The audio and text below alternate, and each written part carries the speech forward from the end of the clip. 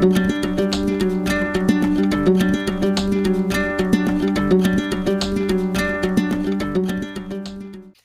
everybody, so if you follow me on Facebook or on Instagram, you'll know that for years now, every Monday I take part of the hashtag What Did You Play Mondays. This was started by my friend Chris Cormier, and I decided to try and do a video version of it for my YouTube channel as well. So every Monday he posts a picture that he kind of has prepared and invites everybody to talk about what game was played this past week. So I'll talk about what I've played this past week. So I played Harbour, which is a game that was designed by Scott Alms, which does all the Tiny Epic series. I had heard about it a couple of times, like recently, and then came across somebody that was selling their copy. So I was like, okay, I'll buy that. So, and I managed to get it played. And somebody had compared it to like a Tiny Epic Le Havre. Now I've played Le Havre, the inland port, so the 2-player version of it, and but I've never played Le Havre, so I'm not sure how fully that statement is true. But this game was definitely interesting. So in true Tiny Epic, you have your little player board and you have like the numbers, and you move like your little wooden token with all the different resources to keep track of how many resources you have of each kind. And you can go to the market, because in the market will have those tokens as well, and it kind of shows what its value is for each token. So it could be that if you have 5, like right now it's 5 of the livestock, you would get 5 coins for that. And then if you have 4, and then but like you can't sell more than what is offered in the market, and you would give you coins, but you don't physically get coins. Basically, it gets coin that you can immediately spend to purchase buildings. And along the top there, you'll see we have the kind of all the buildings available for us to purchase at that point. Now, you can purchase the building, but even if you don't purchase the building, you can still send your meeple to activate the action that those buildings have. Once you buy them, the victory points will go to you, and then the other players can still come over and utilize your building, but they'll have to pay you a resource to do that, unless they've got a cart that allow them to bypass that. So it's kind of interesting. It's worker placement where you're going from cards to cards, trying to activate different things to collect resources to make it so that you can go to the market and sell those resources to buy a card. And what's interesting is once you go to the market, sell a resource, the resource you have, the ones that kind of got sold first goes to the back of the line, and then so it resets the whole market. So it could be that, you've been collecting your fish, trying to go get fish because fish is worth a lot. But before you get there, the other player goes there, resets the market for fish. And now you have all this fish, and the most you can get out of it is 2 coins. It is a very interesting game. It was neat. I enjoyed playing this one quite a bit. So I played it at 2 players. I'm interested to see how it does at a higher player count. But yeah, so that was Harbour. And then after that, I played Blue Moon City, which is a Reiner Knizia game. I gotta say, Reiner Knizia is probably one of the game designers that I look up to the most. It is just amazing, the sheer number of games that he does and how all different they can be. And this one, Blue Moon City, was another one that I had heard of. Now it's 2006, so it's a little bit older. And it's still one that kind of gets good reviews. So it was being sold secondhand, so I decided to buy it and give it a try. And it's neat. So with this one, you have these cards, and the cards have different colors on them, but they also have different abilities as well. So I think they go from 1 to 3, and that's it. But then you'll have blue cards, red card, yellow cards. Like the brown cards, for example, if you combine them together, they become a wild color, so you can use them for any color, and it's a value of a 3. So then you can combine the 2 cards to start kind of teaming up to, or putting them with other cards to kind of fill in the request. So you'll notice each of these tiles here have the different squares with the different numbers on it. So the one where the blue dragon is, they're all red. So the one that has the white token on it, that one was a 5. So you had to have enough red cards that would tally up to at least 5 in order to be able to put your token on that. And it's a bit of an area control so that when the 3 locations are filled in, whoever has the most control on that particular tile will get the big reward, and then every player that is there will also get the second reward. So if you have the most control, you get both the big rewards and the smaller reward, and everybody else just gets the smaller reward. So it's worth trying to get the most like the area control of that particular tile. Now when you do that and there's a dragon on site and they're witnessing you fixing the city, they reward you with a golden scale, and you collect that. When all the golden scales are handed out, as long as you have 3, you will get the gems, which are the currency in this game. Now if you have the most dragon scales than all the other players, then you would actually get 6 gems instead. Some of the locations will give you gems as well, and then you can spend those to kind of build the tower. Like there's a tower where you're trying to build up to, and actually the goal of the game to win is to try to build onto the tower 6 times. So you want to collect a gem in order to be able to build on there. Now when you do that, it does take your cube away, and you have a limited number of cubes, so you want to be careful that you're not getting too spread out, because then you won't be able to complete any of the tiles. It was really neat. It's simple and it's easy to teach, easy to play, but there's a lot of decision going on. There's a lot that you need to kind of think about while you're playing, and it was a lot of fun. After that, I played Kwatro. Kwatro is published in 2012, and it also has the name Iota. I've seen it under that name. This one is the French and German version. Luckily, I can read the instructions in French, so we're able to play it. And this box is tiny. Like it is a tiny little nothing box, and it's all bunch of small square cards. And it plays very much what is that?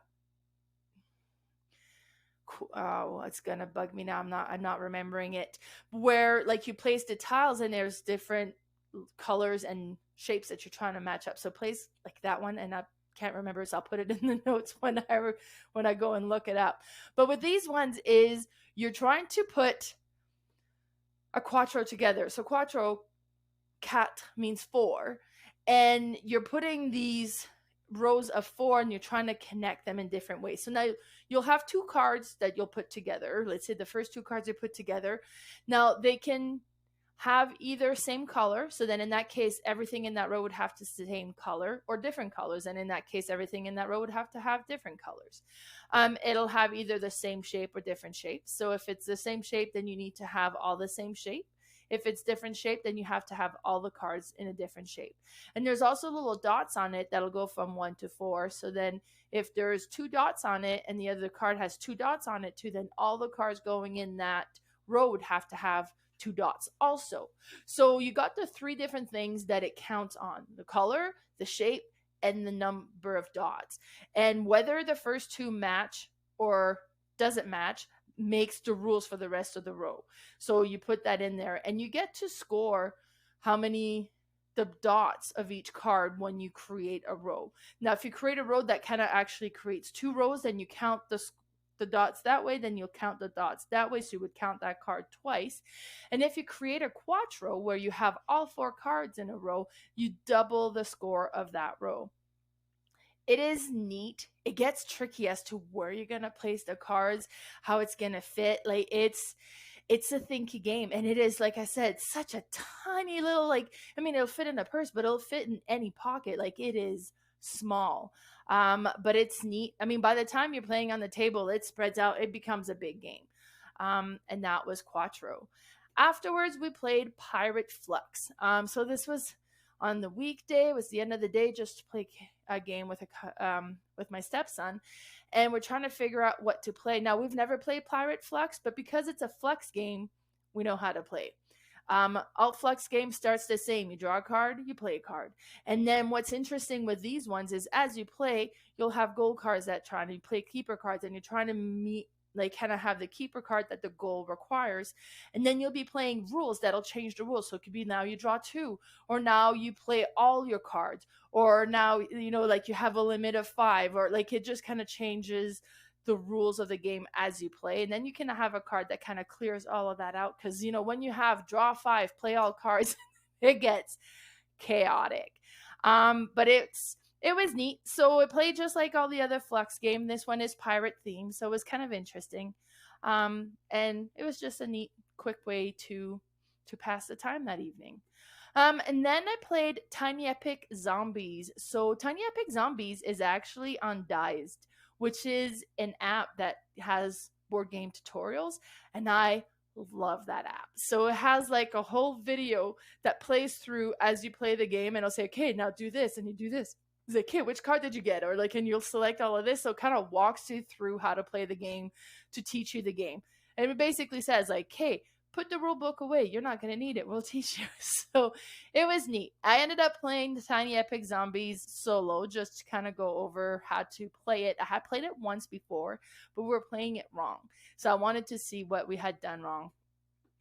And I mean, Tiny Epic Zombies is neat. So, it's one of those Tiny Epic games. So it fits in a small box. By the time you set it all up, it's a big game on the table. And basically, you're trapped in a mall, and the mall is being overrun by zombies. So you're trying to create these 3 objectives. So you'll have randomly drawn 3 objectives, and depending on what it is, like go pick up motorcycle parts, so you have to save the survivors, or like different things that you need to do. And you got to do all the objective before you can get away. And you got to do that before the zombies take over all the survivors that's there. So it's a neat game. I'm not a solo fan. To me, board game is all about the social interaction. So playing it solo, it was great. I learned the rules, but as soon as I'm done. So I never finished it, just because I'm too social for solo games. Then I ended up playing High Society, another Reiner Knizia game. I've heard lots of stuff about this one, and I was like, okay. So a friend was selling it, so I ended up purchasing it, and I was kind of curious to see how it played. And I'm impressed. So when I saw the cards at first, I was like, oh, wait a minute, is this for sale? Because the cards look exactly like the money cards look like the for sale money cards. And what will happen is you have all this starting money for each player. So, like this one had the blue outline, there was red outline, so there's a yellow outline. So like everybody has their own set of money. And on your turn, you will bid for the different cards that comes up. So there'll be different things that'll come up that'll give you a certain amount of prestige, so you can have a yacht that comes up, or a carriage, and different things. And depending on what it is, it'll kind of give a different value of prestige that this will bring you. And you're trying to collect as much prestige so you accept it in the high society. And so you're bidding on it, and you're taking turns like, okay, well, I'll bid 2 million. It's like, oh, well, I'll bid 4 million, but you cannot make change, and you can't swap the cards that you've played. It's like, okay, well, I'm going to add, an 8 to this, and now I'm up to 10 millions. And like you kind of keep bidding or pass. So once a person wins, they pay the money, they take the card. So that's what they've collected for their prestige. And now some cards are negative cards. So you'll have some cards that takes away 5 prestige. There's some cards that will give you burn dimension, so it takes away half of the prestige you'll have collected. So whatever points you collect, then you take that and divide it by half. Some of them will, I'm trying to remember what else the other ones will do, but when it comes to the negative cards and you're bidding, trying to avoid the negative cards, so the first person to pass takes the card. Everybody else who's bid money has to pay that money into, and it gets discarded. So you're paying money not to take the bad card, but then eventually somebody will have to pass and take the card, and then that person keeps all of the money they would have bid. But it's interesting. So then at the end of the game, whoever has the least amount of money, well, they're poor and they're eliminated. They don't win. You can't win the game, be high society, if you're the poorest of the bunch. And then out of everybody left, then it's whoever has the most prestige. So when we played, Michael had by far the most prestige of everybody, but he spent too much of the money, and he ended up being like 2 million underneath the second lowest person. So then I ended up squeaking with the win, just because I managed to buy a few more prestigious things. It was neat. It played quick. It was so neat, though. It was so fun. Then we played Phantom Inc., and I am impressed with this game. This isn't my copy, but I most definitely want it. I want it, and I want to play it at Halloween, and I want to play it a bunch of other times. So with this one here, you are 2 teams, and each team is going to have a ghost that round that's going to be giving the clues. And then the other team is going to have all these cards that have different questions on it. So first, the 2 ghosts are going to look at the cards. So they all look at the cards and they'll pick a word. So the word is the same for both teams. So let's say that we're picking zombies, which was one of the word that we had during the game. And then you get something like this one's like, well, what color is it? Or what's something you can make using it? Like, I'm sorry, I don't know what you can make using a zombie, but they're zombies, I guess. So anyway, so you kind of, the other teammates are going to pass you 2 questions, and you're going to look at them and you're going to pick which question you're going to answer. And you say, we're not going to answer this question, but we'll answer this one. And then you have the pad of paper that has like the different level of where you can put an answer.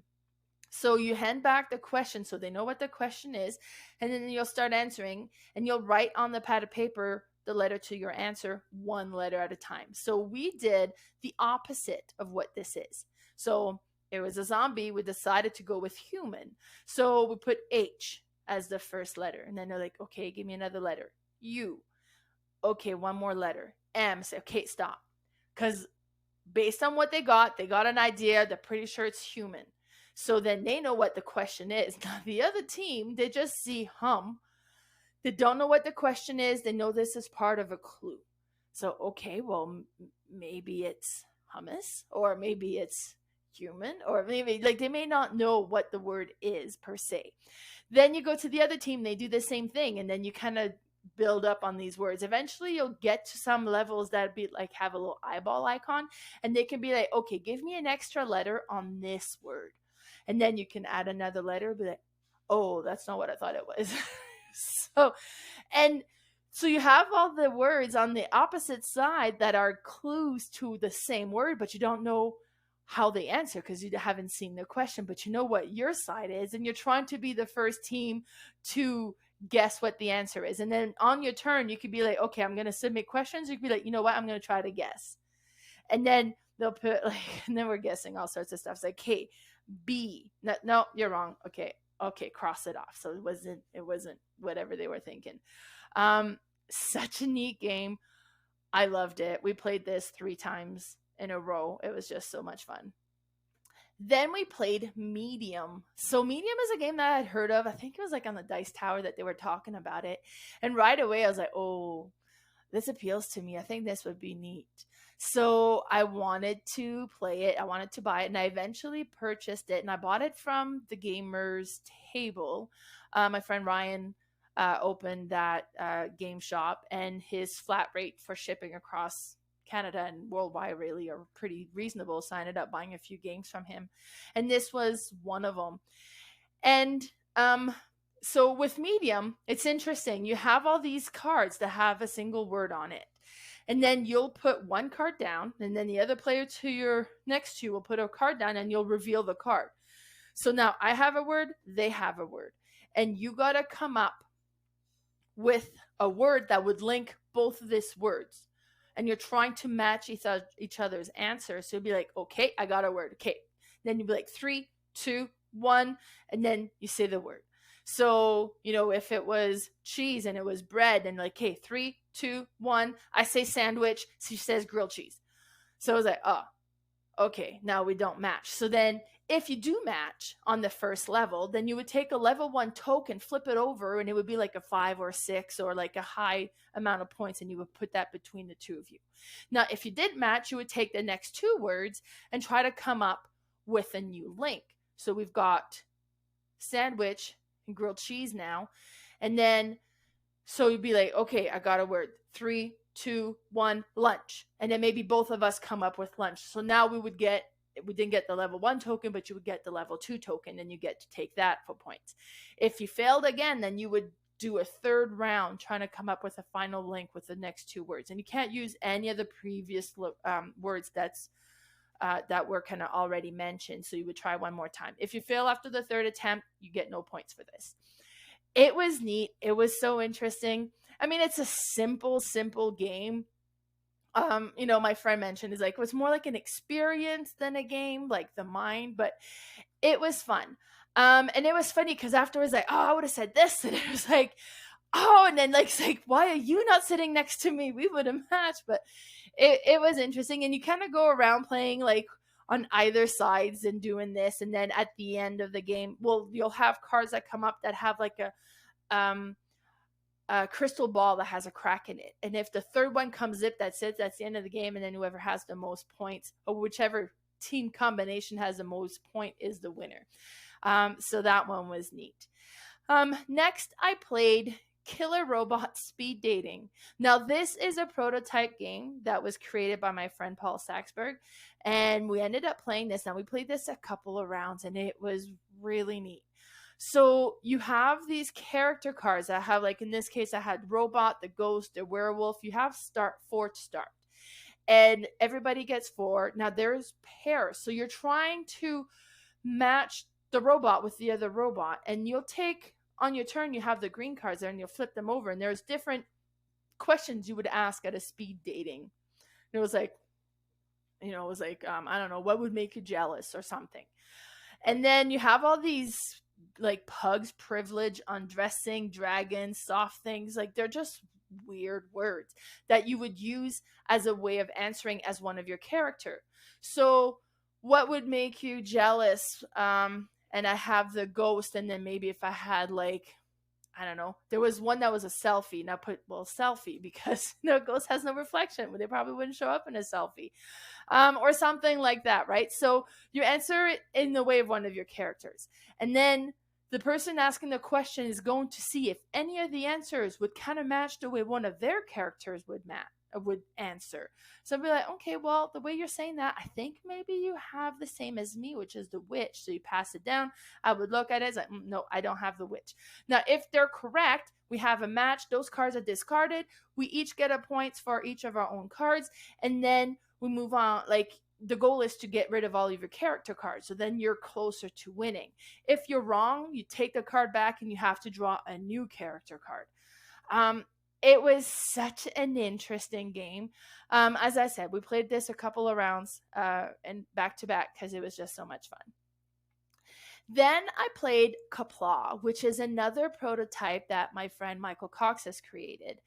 This one, I would describe it to me like it plays a little bit like Battleship, but you're playing Battleship on a team. So it's a team game, team versus team. And one person has a map on a card that shows where all the starships needs to be. And then you'll tell the other player, okay, move up a level. Now go forward, and then to the right. Okay, now you're good. Okay, now grab the blue ship and move that one lower a level. And then you tell them where to go and do all these things. But you got to tell them in Klingon. And you have this cheat sheet in front of you that kind of shows you how you would pronounce that in Klingon. So you're kind of shouting Klingon at each other and trying to figure out what they're saying. It's like, oh, that means yellow. Okay, take the yellow ship. And then, okay, then it says rise. Okay, go up a level because it's the 3D board. It's neat. It's chaotic. And you're trying to get all the ships set up in the right location to match the map. And once you get that last one, because the last one has a code in the middle, so it doesn't tell you where it is. You got to figure out based on what's on there. It's like, okay, that goes there. And then you get it there. And you say, okay, good. And then you fire the torpedo. And then the other team, whichever ship they were working on, that one gets destroyed. And then you take the next card and you keep going. Now they'll get their ships and then destroy one of yours. And you're going back and forth until one team has destroyed all the other team's ships, and then they win. It's chaotic. It's crazy. I didn't know Klingon until this, but it was a lot of fun. Now, this is only part 1. There's part 2. which we haven't gotten into just because we didn't have the time. Part one honestly feels like a complete game, and it was neat. Part two just kind of adds a whole aspect that would be more like Captain Sonar, from what I understand, but we haven't got to that. And there's just more different things we would be yelling at each other in Klingon some more.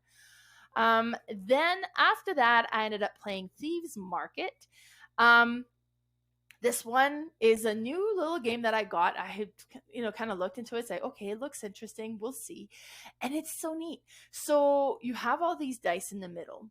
The dice will have different gems on it, or it'll have like a purple face on it that gives you victory points, or it'll have a money bag that'll give you coins. And so you roll all the dice, and then the first person's going to take anything they want, any number of dice they want. So they take what they want, they put it in front of them. Second player will either go and take from what's left what they want out of that, or they can look at what you have and say, well, I'm going to take what you got. But they have to take one of the dice, re-roll it, and return it to the middle. So you don't want to take something that's too attractive because they're probably going to come and steal it. But you want to take enough that you can do something and purchase some cards with what you got. So you do this until everybody has a bundle in front of them. Once everybody has dice in front of them, that ends the round. And then you go into the purchasing round. So it's like, okay, well, I got a diamond and a ruby, which allows me to purchase this card. And this card allows me to trade any rubies into any other gems. So then it gives me more flexibility later on. And you're doing this. And you do this, there's 3 levels of cards, and you'll be doing this until you've kind of depleted the 3rd level and you can't refill the 5 that you need to bring out. Now, you can collect coins. If you had a money bag at the end of the round when everybody purchased a card, then you trade your money bag dice for a coin. And the coin basically gives you a wild purchase that you can do. So it was like, okay, well, I needed the diamond and a ruby. I don't have a ruby, so I'm going to do the diamond and a coin. And it allows you to do it that way. And then whoever at the end of the once you've kind of finished a 3rd pile of cards, whoever has the most points is the winner. And then there'll be some things I'll be like, okay, well, if you have this and this, you get this many points, or you would get this many points for every 2 gold coins you have, or like there's different things that you can do that would kind of give you extra points, but then the cards are worth points as well. Really, really neat. I'm so thrilled I got this game. We played it a few times, and it's just a simple, fun game to play. Then I played Hollywood Blockbuster again, which is another Reiner Knizia game. And this one is just so fun because of the puns and all the artwork on it. But basically, you're making movies, and you have these contracts, and each round you're going to bid on the tiles that's on these different locations and be, okay, well, this one has 2. So if you win the bid, you get those 2 tiles, and you get to add them to the movie. So it could be that it's a director or an actor or special effect or sound effect, or, and you need all these different elements depending on the movie that you're making.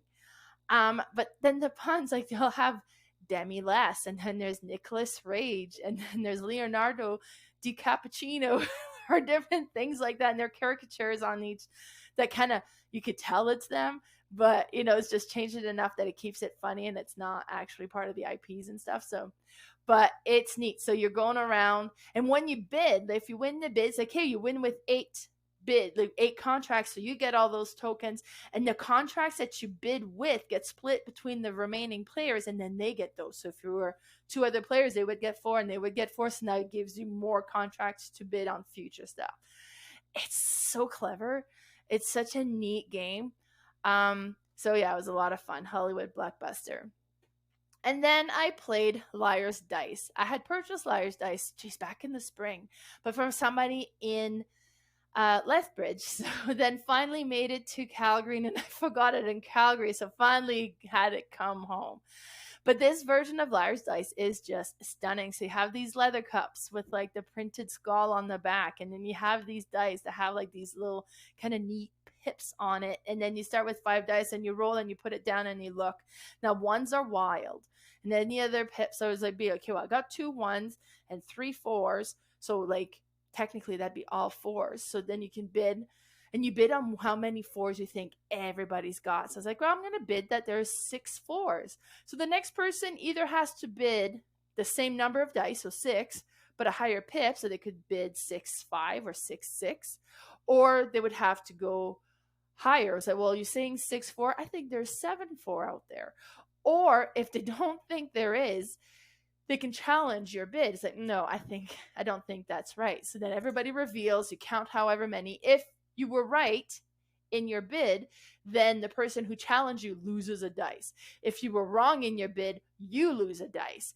And you keep playing until only one person has any dice remaining. It's neat, it's simple, it's so much fun.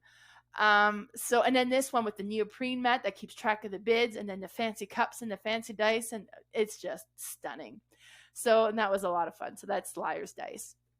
And that was it for what I played this week. So be sure to follow me on Facebook. My Facebook page is Mel and Friends Board Game Room. I am also on Instagram as Mel's_boardgame_room. And my YouTube channel is Mel's Board Game Room. And I also have my podcast, which I do every week with my friend Carla, and that's the Board Game Specialist. So bye, everybody.